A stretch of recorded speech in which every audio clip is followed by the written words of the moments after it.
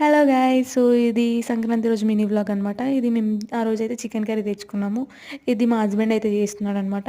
Normal డేస్‌లో అయితే నేను చేస్తాను. సో, ఏదైనా స్పెషల్ ఉంటే ఆయన చేస్తాడు. సో, అన్నీ ఇంగ ఆయన స్టైల్‌లో ఉప్పు, కారం అవన్నీ నేనే ఏస్తున్నా అనమాట. ఆయన స్టైల్‌లో అయితే బాగా కుక్ చేస్తాడు. సూపర్ ఉంటది. నా అంత అయితే కాదు.